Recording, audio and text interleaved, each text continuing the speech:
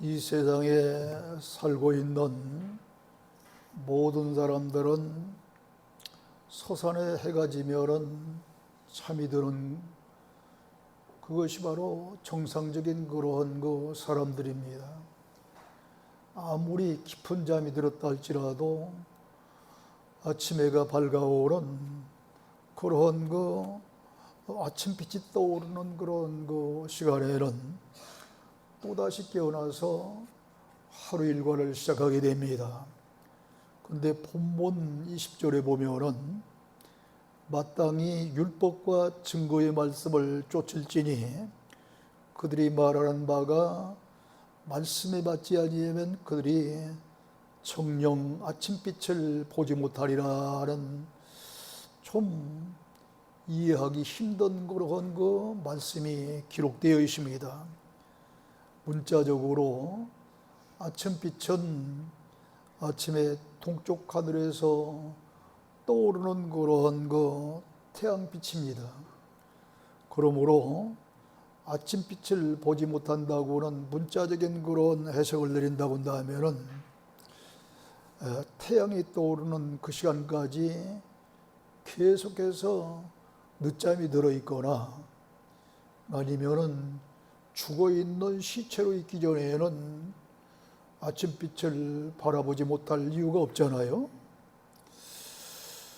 그러나 오늘날 하나님의 말씀을 따르지 아니하고 증거하는 그런 말씀이 성경에 맞지 않다고 해서 죽은 자는 없습니다.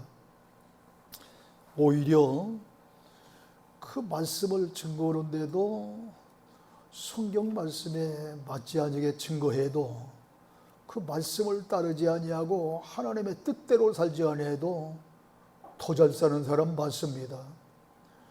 또 번영하는 사람들도 많습니다. 그렇다면은 이 아침빛이라고 그런 단어가 어떤 뜻을 가르쳐주고 있기 때문에 이와 같이 하나님의 귀한 말씀, 증거하는 그 말씀이 성경 말씀에 맞지 아니하면은 그들이 아침빛을 보지 못하리라고 했을까 하는 이야기입니다. 근데 성경은 마태복음 13장 34절에 보면은 주님께서 말씀하시기를 비유가 아니면은 말씀을 하시지 아니한다 그랬습니다. 그러므로 주님께서 말씀하신 내용은 대부분 다 비유의 말씀으로 기록되어 있기 때문에 이 아침빛도 무엇인가의 비유의 말씀이지 실상적인 말씀이 아닌 것입니다. 그렇다면은 그 아침빛은 실상적으로 어떤 말씀일까요? 시편 84편 11절에 보면은 나 여호와는 해요 방편이라 그랬습니다. 하나님은 두둥실 충천에 떠 있는 해와 같고 하나님은 저기 쏘는 그러한 활이라든가 창이라든가 이런 무기를 막아줄 수 있는 방패와 같은 것이 바로 하나님이라고 시편 84편 11절은 말씀하고 있습니다. 그런가 하면은 요한일서 1장 5절에 보면은 우리가 그에게서 듣고 너희에게 전하는 소식은 이것이니 곧 하나님은 빛이시니라. 이렇게 하나님은 빛이라고 말씀을 하고 있어요. 그러므로 이 아침빛은 하나님이시며 이 아침빛을 보지 못한다고 그런 이야기는 하나님을 보지 못한다는 그런 말씀이기 때문에 이 성경 말씀대로 살지 아니하는 그런 사람들은 하나님을 만나는 곳이 어디예요? 물론 영적으로 교회 와서 하나님을 만나뵐 수도 있고 여러분이 가정에서든 산에서든 어디에서든 기도하다가 하나님을 만나뵐 수도 있고 하지만 이제 우리들이 실질적으로 와닿는 그런 말씀이라고 한다면은 지금 저 하늘에 계신 그 하나님이기 때문에 천국에 가서 만나볼 수 있다고 하는 것이 가장 가까운 그런 말씀이라고 볼 수 있습니다. 그렇다고 한다면은 아침빛을 보지 못한다고 하는 이야기는 하나님의 말씀대로 증거치 아니하고 하나님의 말씀대로 살지 아니하는 그런 사람들은 천국에 계신 하나님을 뵙지 못하리라는 말씀인 거로, 천국에 가지 못하고 죄송한 말씀이지만 지옥에 가리라고 하는 엄청난 무서운 말씀인 겁니다. 이게 지금.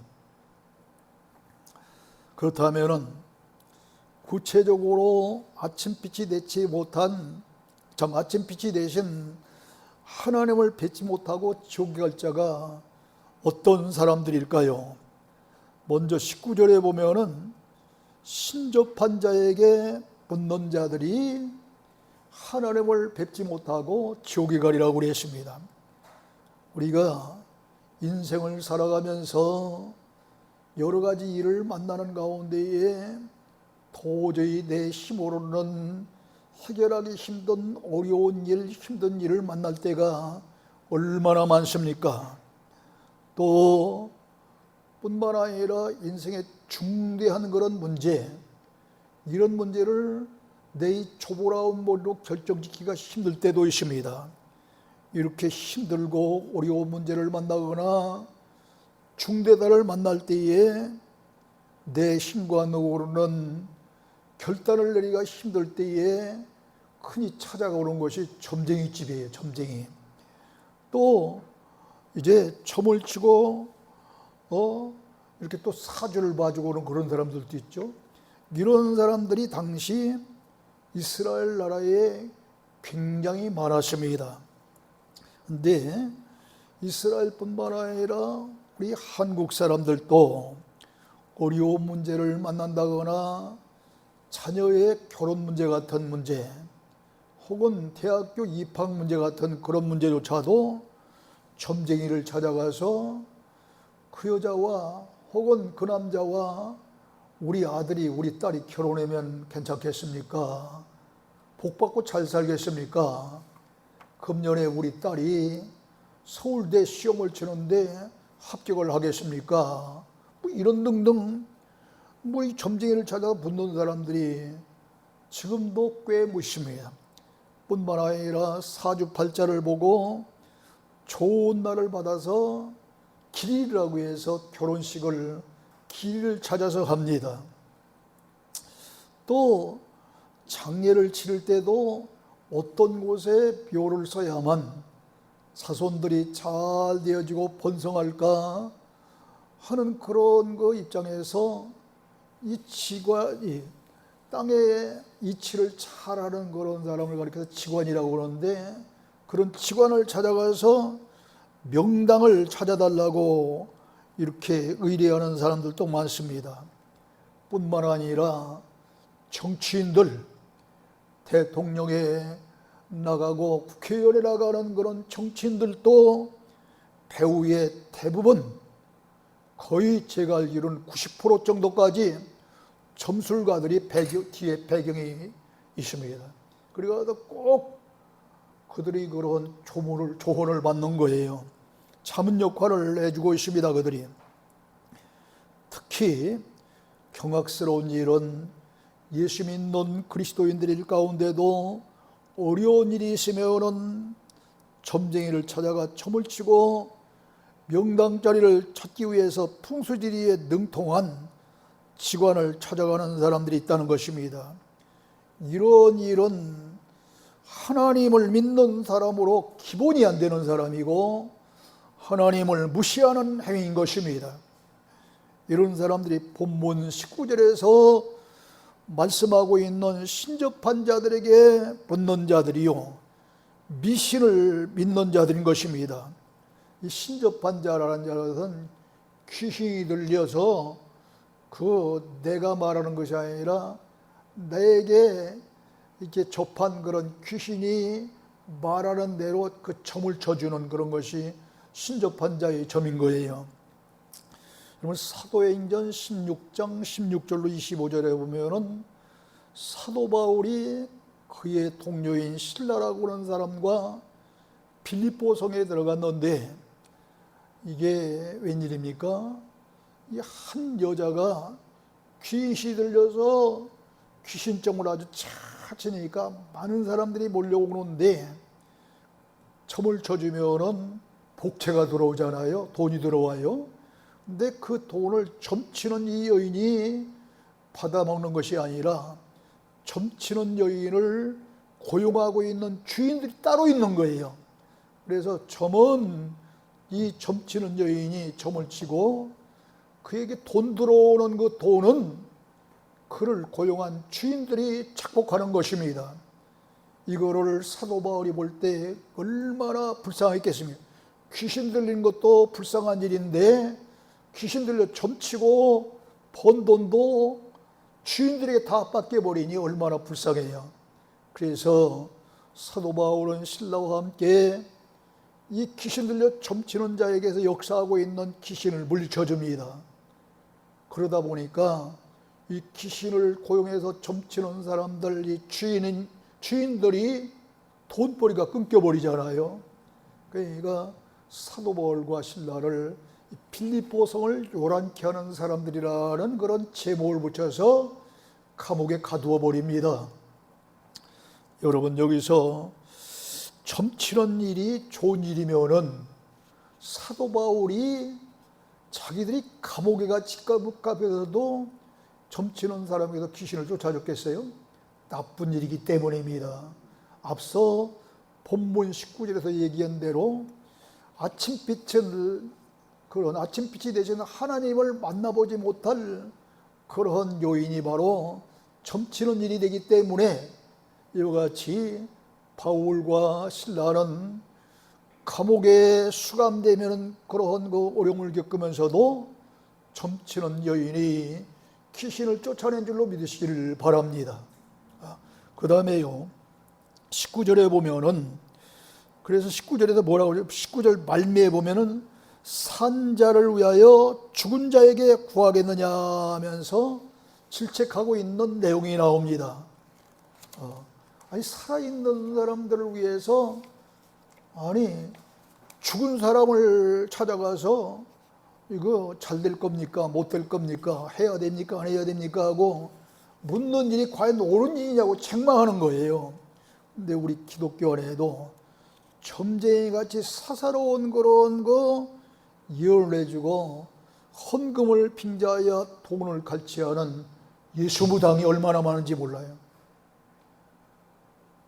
물론 그렇지 않은 분들도 있지만은 대부분 이 지하교회, 조그마한 교회를 하면서 제대로 신학을 하지 아니하는 그런 그 목사님들 가운데에 그런 특히 죄송합니다. 뭐 올바로 하시는 목사님들에게는 해당이 없는 말씀이니까 오해하시지 말기 바랍니다. 점을 치는 그런 거 예수 무당이 제가 볼 때는 반절도 넘어요.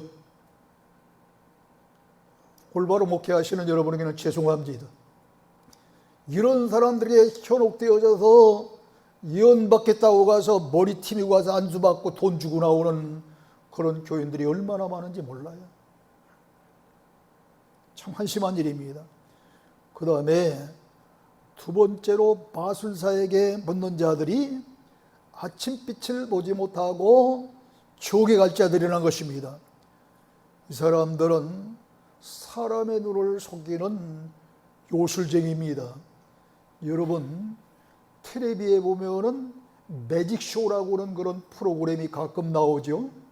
거기에 보면은 뭐 지팡이 하나를 들고 착 나오는데 지팡이 위에 뭐 어쩌다 보면 새가 딱 앉아 있는데 그 새가 변하여 꽃이 되기도 하고 금방 그냥 눈이 되어서 또 펄펄펄펄 뭐 날아다니기도 하고 심지어는 그냥 큰 어떤 괴짝 속에 사람들을 집어넣고 양쪽에서 큰 통으로 가운데 쫙 재면 사람이 갈라지잖아요.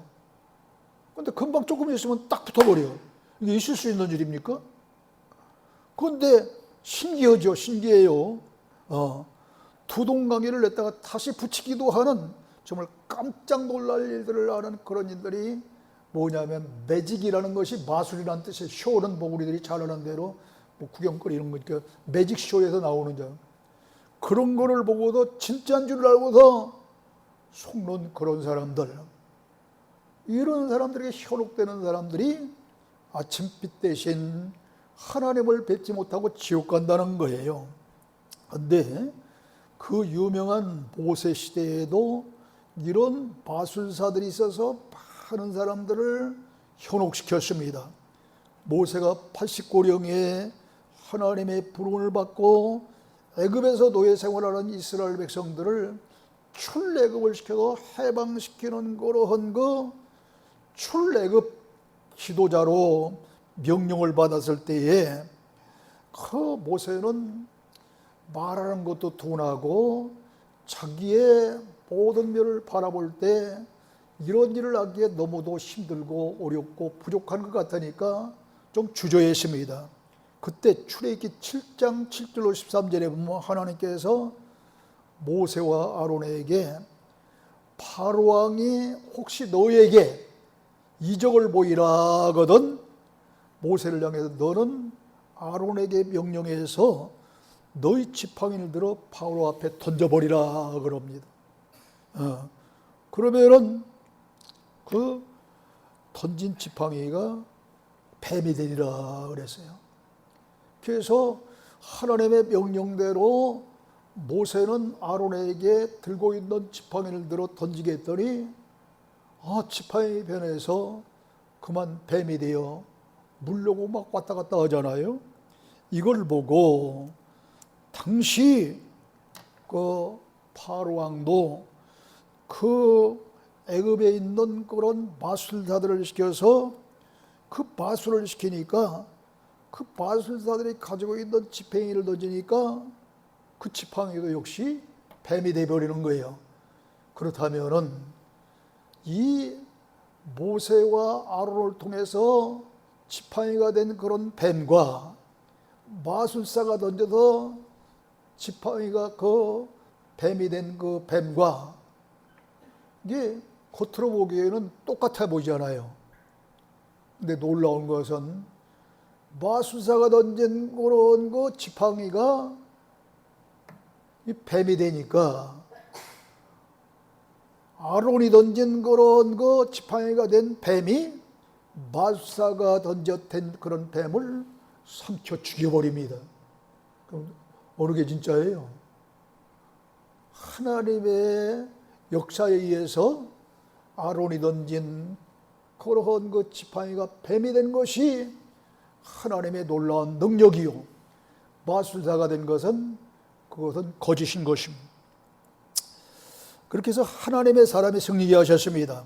근데 사도행전 8장 9절에도 보면은 사도시대에도 마술사 시몬이라고 하는 사람이 많은 사람들을 놀라게 하면서 자기는 차츰 큰 사람이라고 자기를 드높이며 많은 사람들에게 자기의 이름을 내고 있습니다.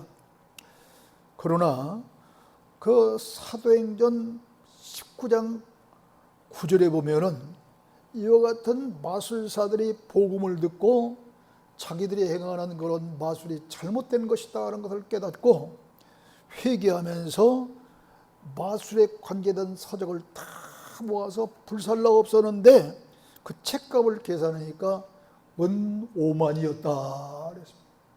그러니까 은 5만이면 굉장한 거잖아요. 아니 예수님을 가룟 유다가 돈 얼마에 팔았어요? 은으로 계산 은 30 팔았는데 은 5만이면 이게 몇 배입니까? 엄청난 돈 아니에요?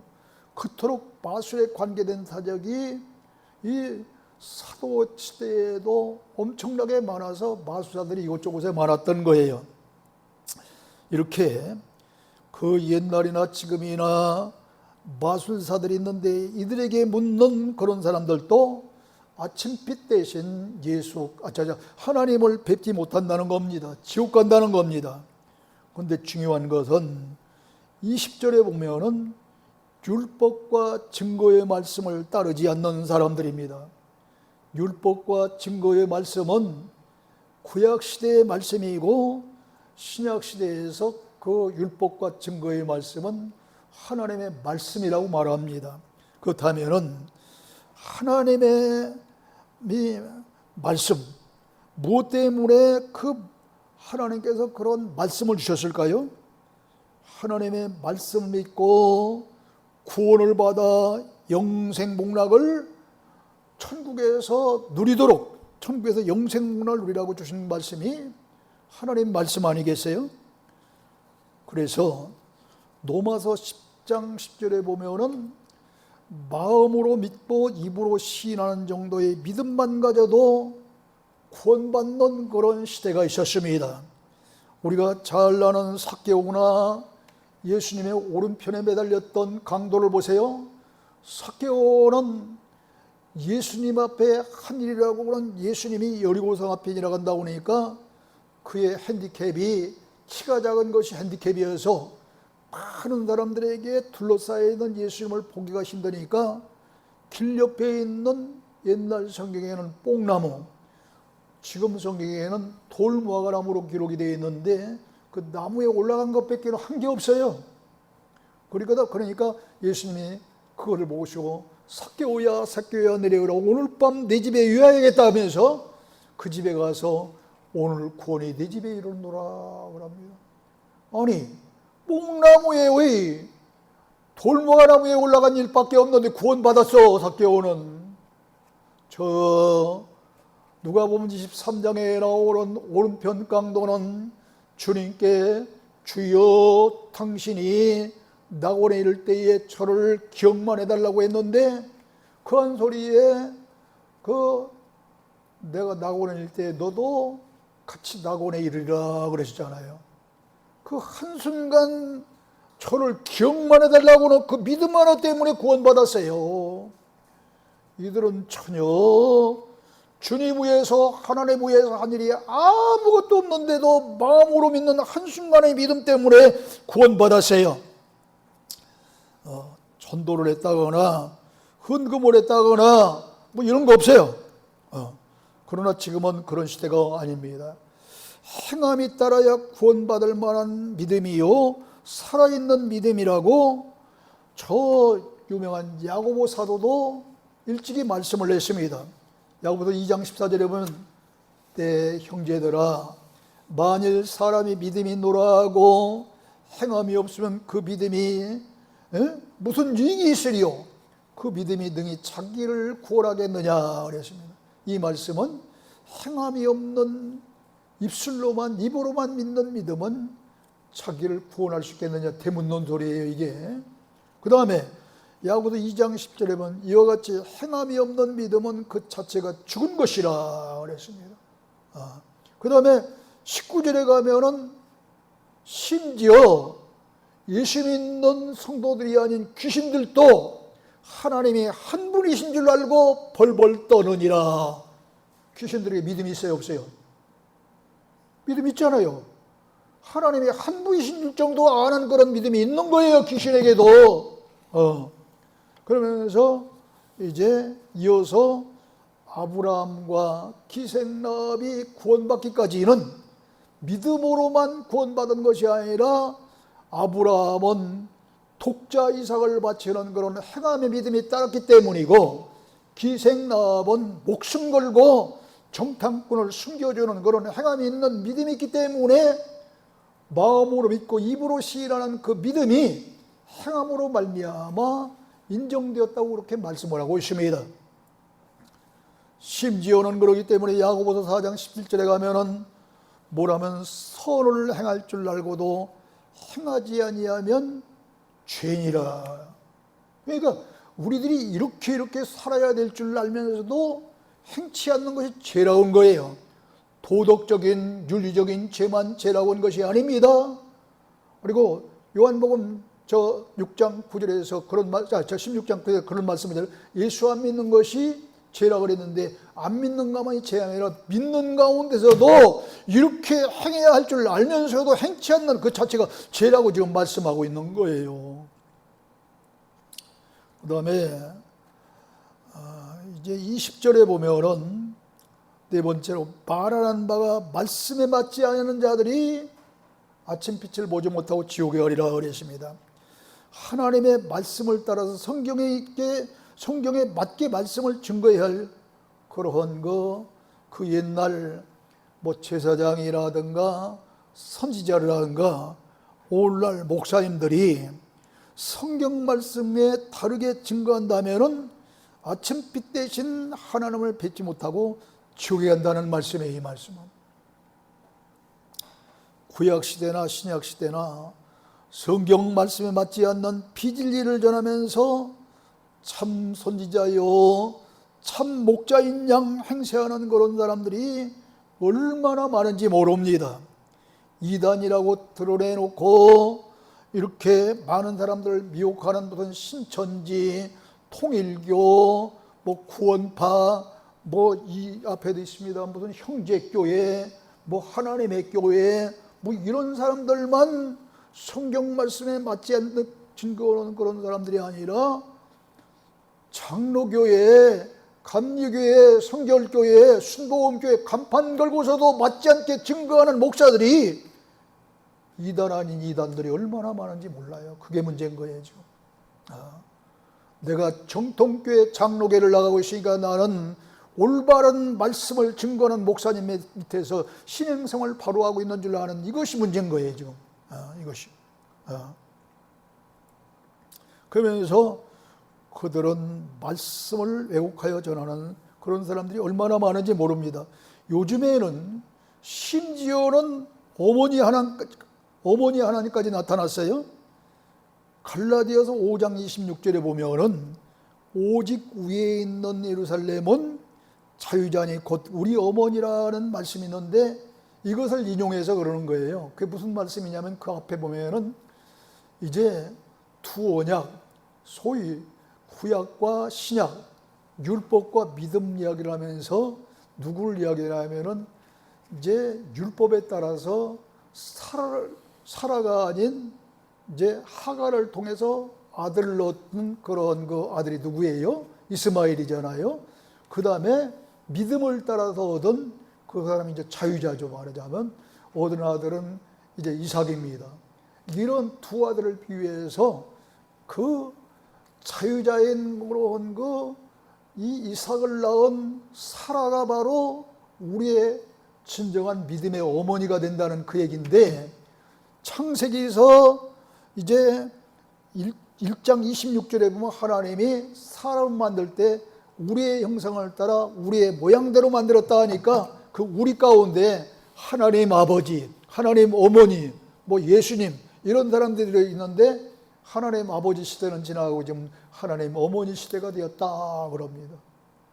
그럴듯하잖아요. 그럴듯해.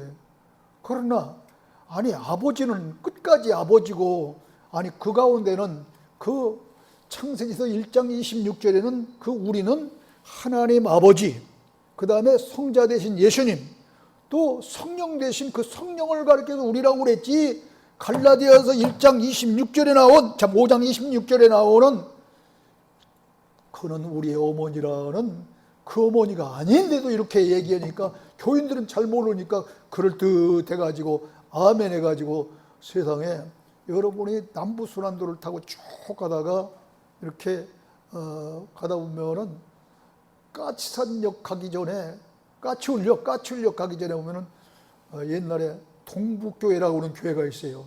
굉장히 큰 교회예요. 아니 그 교회가 언제 어디로 왔는지 이 교회로 넘어갔더라고. 하나님의 손에도 넘어가죠. 이렇게 해서 이 기성교회가 힘들고 어려운 교회가 수없이 지금 나와 있어요. 우리보다 몇 수십 배 큰 교회들도 지금 교인들이 없으니까 전부 내놔서 지금 얼마나 많은 교회가 지금 나와 있는지 모릅니다. 기성교회 돈 없으니까 이단교회들이 다 집어먹는 거예요. 그 얘기는 무슨 얘기는 이단교회에 그만큼 속아 넘어간 성도들이 많다는 거죠. 이들이 성경 말씀에 맞지 않으니까 어디 가겠어요? 아침빛을 보지 못하니 바로 지옥 가게 될 줄로 믿습니다. 그런데도 이렇게 속고 있는 사람들이 너무 많은 거예요. 뿐만 아니라 계시록 22장 18절 19절에 보면 성경 말씀에 더해도 안 되고 빼도 안 되고 이런 사람들은 역시 다 지옥에 가리라고 말씀하셨어요. 또 아니 교회에 오면은 하나님의 귀한 말씀을 전해야 되는데 엉뚱한 세상적인 이야기. 아니 저 뒤에 있는 저 우리 하늘의 집사님이 아니 대학 교수라는데 대학 교수가 제가 저 무슨 교수들이 하고 있는 얘기하면 제가 알면 얼마나 더 알겠어요. 킥킥대고 웃을 거예요. 제가 전해야 될 건 오직 뭐예요? 하나님의 말씀이에요. 제 전문은. 근데 하나님의 말씀은 한 요만큼 전하고도 세상 얘기에 가득 채우는 목회자들이 지금 얼마나 많은지 모릅니다. 이런 거다가 실수하는 거예요. 이런 거다가. 또 그것으로 끝나지 않아요. 요즘 가짜 학위가 세상보다도 이 목회자 안에 가짜 학위가 많아갖고 신학 박사 무슨 목사 반절 이상이 가짜 목사예요. 목사님들 진짜 목사님들은 죄송합니다. 가짜 목사예요. 이러한 그 신학 박사 학위를 내걸으면서 실질적으로 말씀을 없으면서 욕심만 가득한 그런 목사들을 하박국 2장 18절, 이사야 41장 19절, 예레미야서 5장 13절에 보면 우상이라 그랬습니다. 나무로 깎아 만들고 돌로 새게 만들고 쇠붙이로 녹여 만드는 그런 우상만 우상이 아니라 이런 말씀이 없이 이 욕심만 가득한 그런 사람들을 우상이라고 그랬는데 이들이 이사야 19장 1절에 보면 빠른 구름을 타고 오실 주님 앞에서 벌벌 떨리라고 말씀한 겁니다. 나무로 깎아 만들고 쇠붙이로 녹여 만들고 돌로 새게 만드는 그런 우상은 무생물인데 어떻게 주님이 오신다고 해서 그 앞에서 벌벌 떨겠어요? 사람이니까 떠는 거예요. 그래서 이들은 오늘 본 말씀 21절에 보니까 뭐라고 그랬냐면 이들은 이 세상에서도 헤매어 곤고하며 굶주리며 왕과 하나님을 저주할 것이라 그랬습니다. 갈 바를 몰라 헤매며 평강을 구하나 평강을 누리지 못하며 사마리아 여인처럼 만족을 찾아 헤매나 더욱 불만족하고 결국에는 극심한 흑암에 처하리라 그런 말씀입니다. 신접한 자나 마술사에 가서 인생의 문제를 해고자 하는 그런 그 답을 얻고자 하는 사람들은 사실 그렇게 많지 않겠죠.